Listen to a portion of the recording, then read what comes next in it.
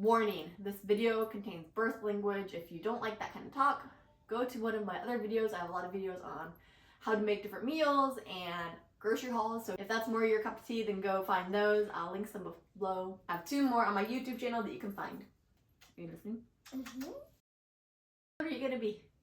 4. You're gonna be 4. Can you tell me about your birth story? What happened? When I was born, I cried, and then I got messy. You got messy? Oh no.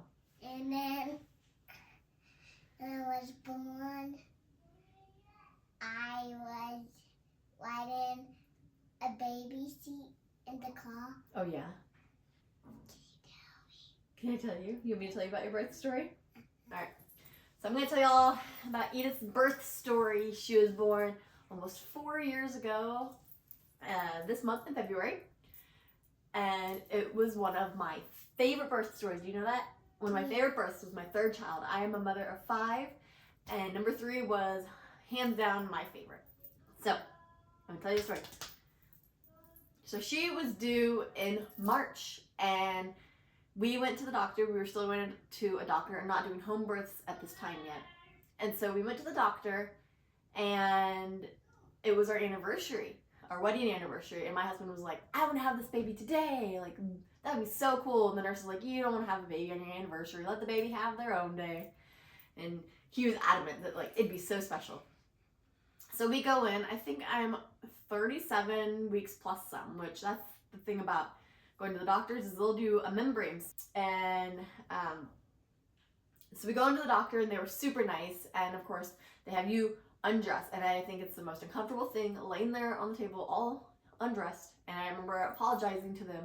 They had to see me naked, and they just kind of laughed and shrugged it off. So they were going to see if I had dilated at all. Good. So they checked me, and I was guessing maybe 1 centimeter. My husband was guessing 2, or maybe vice versa.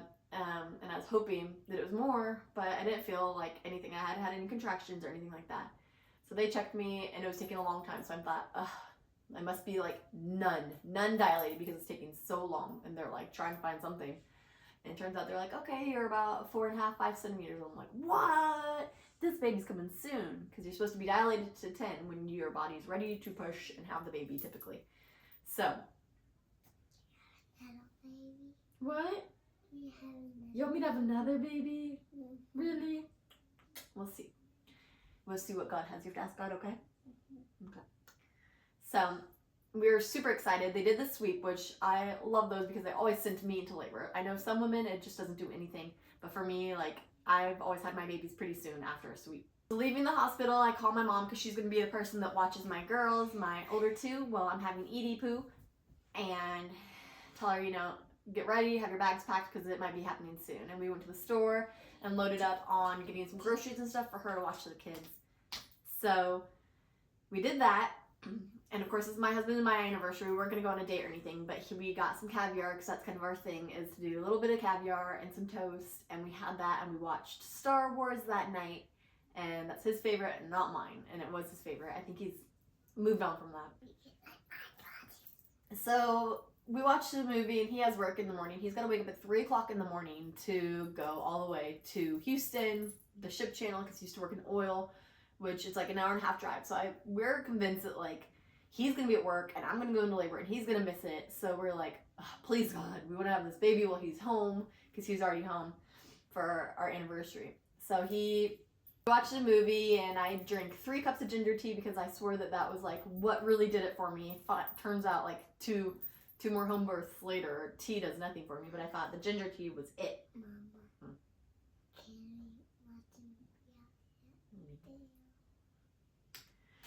So we did that. I bounced on my ball. He blew up my like bouncy ball, the big round balls you can bounce on to like help labor.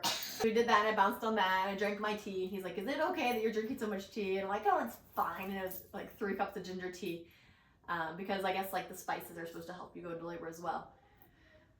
So we finish our Star Wars for the night, and we go to bed, and I'm like, I'm so sorry that I didn't have this baby yet, and that you have to go to work, because we were super excited for him to be off. So we go to bed, and I'd started feeling a few contractions, and I didn't want to get my hopes up, and I didn't want to get his hopes up, so I didn't say anything. And so we're laying in bed, and about 15 minutes later, like, they're coming, and they're hurting, and they're hurting is more than they already hurt with my second child. So I'm like, this has got to be the real deal. So I tell him, the lights are off and everything. We're laying there. I figured he was sleeping. I'm like, Micah.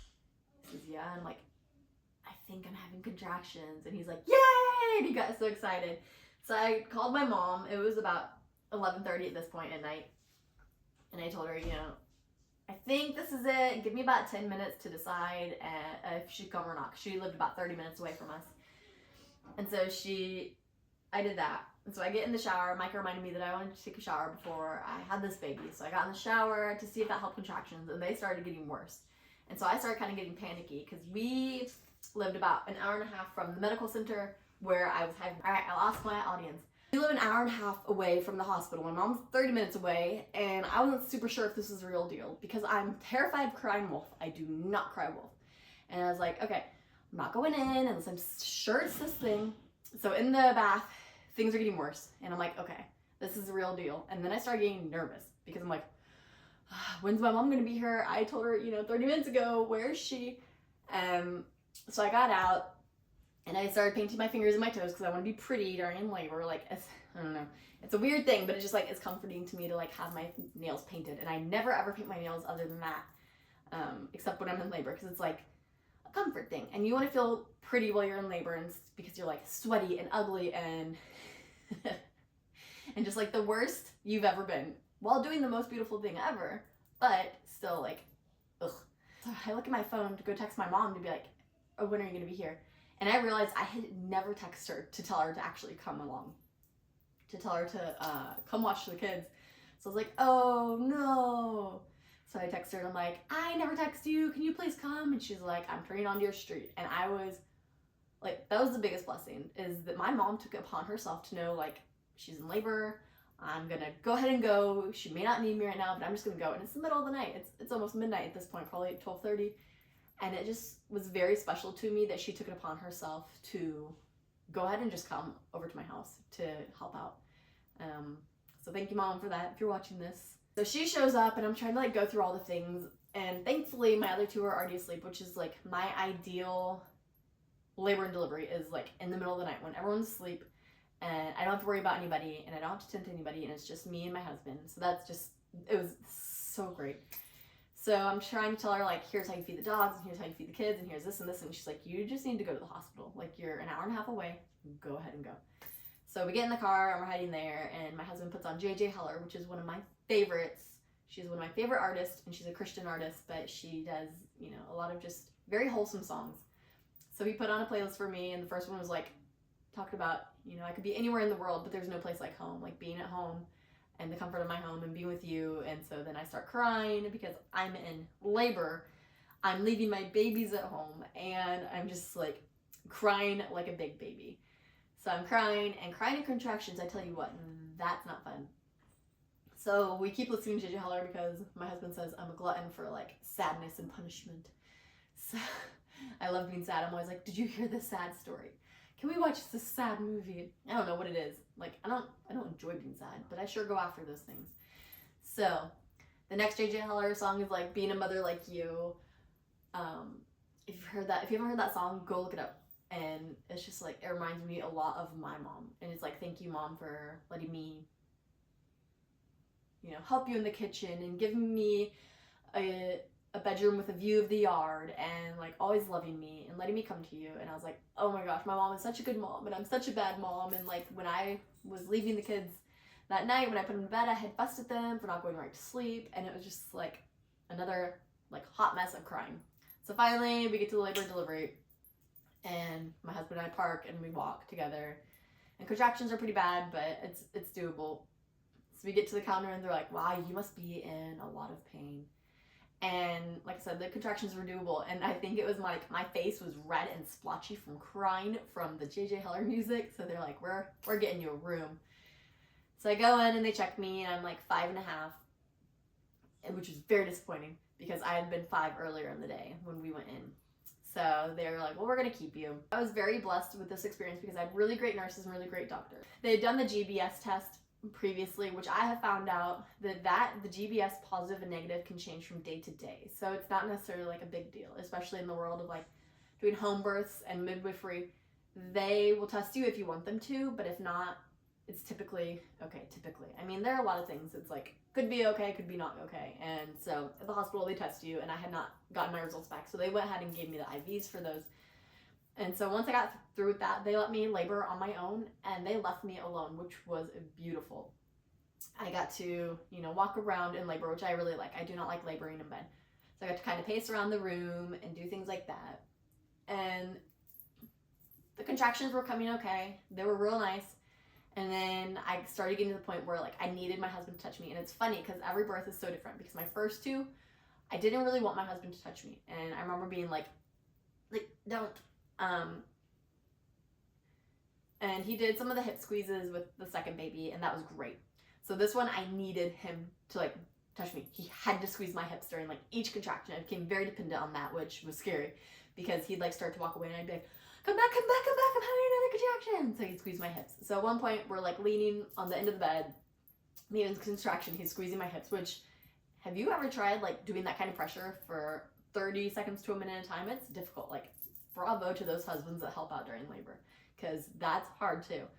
So he's squeezing my hips and I literally hear gurgle, gurgle, and then splash. Like I heard the gurgling before like my water broke, which my water had never broken like that before. So I was like, oh no. And it got like, oh, he's wearing his slippers and it splashed all over his slipper and he's like, what do I do? And I'm like, I don't know. And I just started like laughing, out of control laughing, because it was so embarrassing and so funny. And like, what are the chances that like that happens while he's like standing right behind me, squeezing my hips? So it splashes everywhere. And the doctors came in and they started cleaning everything up, and it was fine. So they went to check me again, and I was about 9.5, and they're like, you're pretty close to ready. And of course, no 3 of my hospital births were my doctors in attendance. They were nowhere to be found. The first one, my doctor didn't come in until I pushed for 2 hours. And then she came in to check on me. And then the other 2, my doctor was like on vacation, which I don't know why they do like a membrane sweep if they're not even going to be there the next day. So anyways, I have a lot of reasons that I much prefer home births. But anyways, so I'm pretty ready to push. They get me ready. And I had written this birth story down, and it's funny the way you don't remember things, because I wrote it down and I was rereading it, and this baby I only pushed a few times. Normally it takes me a while to push. So they told me, you know, let's do some practice pushes, some like little bite-sized pushes, and you can work on trying to see if you're ready to have this baby, and we'll work on it until the doctor gets here. So I waited and waited, and so finally it was time to push, and I pushed one time. And they're telling me, you know, you're doing such a good job, you're doing a good job, let's go, which I love that. I love being told, like, you're doing a good job, which I never believed them. So finally I pushed one more time, and she is out. And she is the only baby that we've ever had that we knew what she was going to be. We've done a surprise for all of them, but with Edith, my husband said, I know this is a boy, I'm 100%, so let's go ahead and find out the gender since we know already. And so I remember like in the living room when he like opened the envelope and he's like, I'm wrong, it's a girl. And it was just so funny because he was certain, he was 100%, this is gonna be a boy, we're having our boy, and it just wasn't. So it was really funny. But so this is the first one that we knew it was gonna be a girl. So I have her, and with my second, there was some extra bleeding that they were kind of concerned about, and you know, they had to take some extra measures to stop the bleeding. And it wasn't anything scary or dramatic, but it was just excess bleeding instead of like your average amount. So this one, I had her, there was no tearing, and I kind of contributed to doing squats until the day she was born. I drank the red raspberry leaf tea, I drank ginger tea, I ate the dates, and I don't eat the dates anymore now when I have babies because of how many carbs are in. I didn't tear at all, and it was a beautiful birth, and the doctor was like, you made that look easy. Like, that was incredible, which was such a nice thing to tell somebody. Like, I don't care if it's not true. It was so nice to hear. So that was good. And we had her, and it was great. And then things got a little bit dicey because I had her, there was no extra bleeding, no tearing, nothing. So it was fine. Micah goes to sleep over on the couch and I'm just holding the baby. And the doctor comes in and she's like, okay, I'd like to check, you know, how things are. So I sit up and I feel a gush, like a major gush. And I'm like, uh-oh. So I reach behind me to like pull up my hospital undies that are like, of course, sagging, like granny panties. And I pull my hand out and it's covered in blood, like a horror movie. And I'm like, and she's like, okay, it's okay. I'm gonna check you. And so there was a lot of bleeding. And so she's like, let's go sit on the toilet and see if we can see, you know, what size your clots are and stuff like that. Because, you know, after you have a baby, typically your body's like clotting the blood and getting out anything extra that you may not have gotten out. And they were concerned about retained placenta, which can cause major issues. So I go and there's like clots pretty big. And I was like, I'm really scared.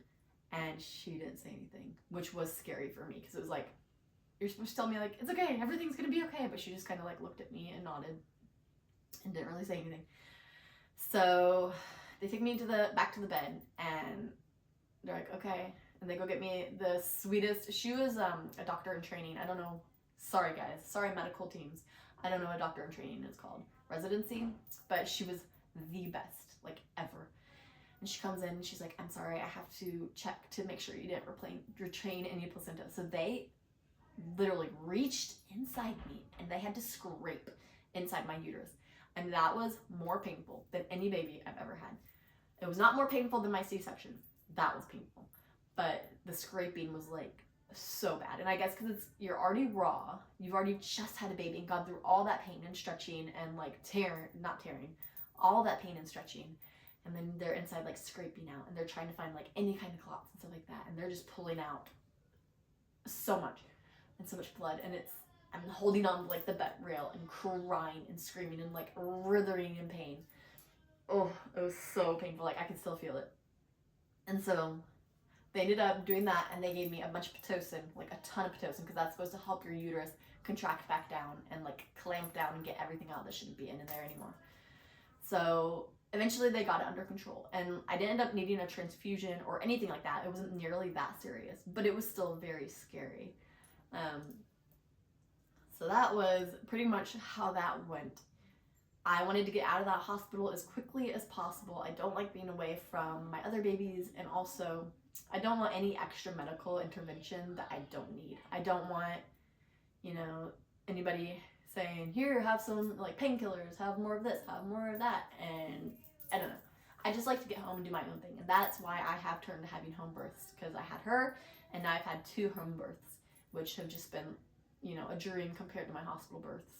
I do miss, like, how have my, if you were to ask me, like, how a hospital birth was different from a home birth, like, what the pros were of hospital births is having someone there to, like, baby you, like, for a day afterwards. I loved that about the hospital. Like, I don't like them coming in and telling me I can't sleep with baby, because I love sleeping with my babies. But, and I know that's controversial, and I know it's very frowned upon, but it can be done safely.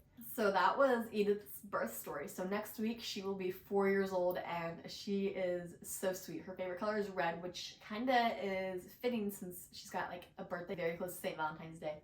She is a ball of fire. She looks exactly like my sister, who is also number 3. And she's just very much like her, very like fiery, and she doesn't let anybody really push her around. And I love her to death. She is so sweet. We call her Sweetie Edie. She's got a bit of an attitude. We call it being a 3-nager, but that's okay. But I am so thankful for her, and life just wouldn't be the same without her.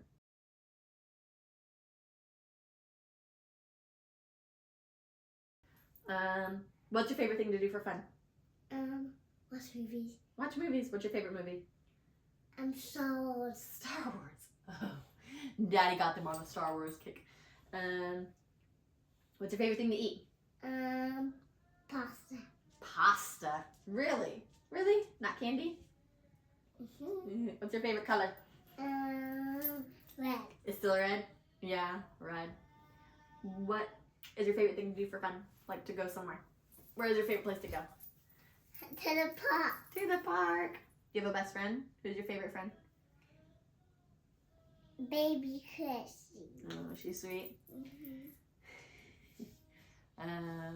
What's your favorite subject in school? What do you like? Do you like numbers? Do you like coloring? Do you like letters? Like counting? I like counting. You like counting, yeah. And what's your favorite toy that you play with? What about, do you like your baby? Yes. What's your baby's name? Lola. Baby Lola. What's your other baby's name? Baby Daniel. Baby Daniel. Yeah, so they have a baby Daniel because they have an Uncle Daniel. And they have a baby Lola because they have a little cousin named Lola. Isn't that cute? So it's really funny that they enjoy their company so much.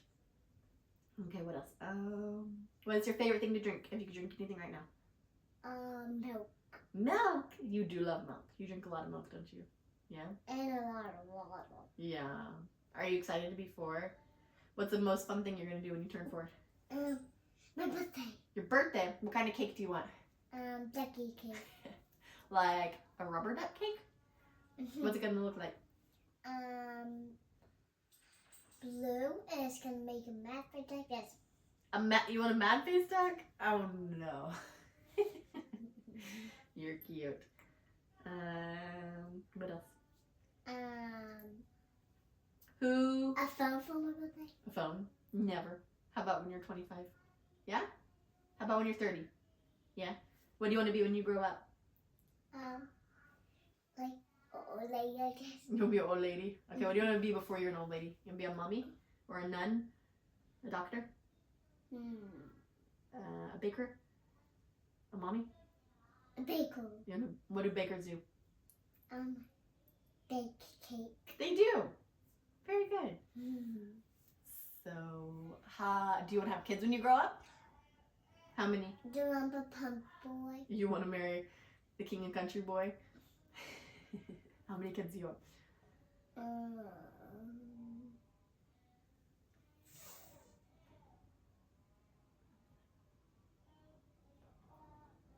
You want 4 kids? Yeah. All right. Well, happy almost birthday. Are you excited? Are you gonna have a party? And lots of people gonna come? What do you want to do for your birthday? Play outside. You wanna play outside? You love playing outside, huh? You want a duck for your birthday? A real life duck? Are we gonna sleep in your bed? I want to say, it's morning. It's morning. Like a rooster. Yes. Cock-a-doodle-doo! It's morning. Cock-a-doodle-doo, it's morning. You know, you're so cute. Yeah. You know mommy and daddy love you? Yeah. You have a good life? Yeah. What's your favorite bedtime toy? My lion. Your lion that you just got from little grandpa? That's nice. Alright. Well, I love you. So that's it for today. That's Miss Edith's birth story. My favorite birth story. I know you're not supposed to have favorites, but it is. It was the best one, huh? I hope you have a blessed rest of your week, and I hope you'll comment below what your favorite birth story of yours is. Was it your first kid, or was it one later? And let me know if you'd like to hear more birth stories. I've got 2 more to share with you if you're interested. But I hope you have a blessed rest of your week, and I can't wait to see y'all again soon. Bye. Bye.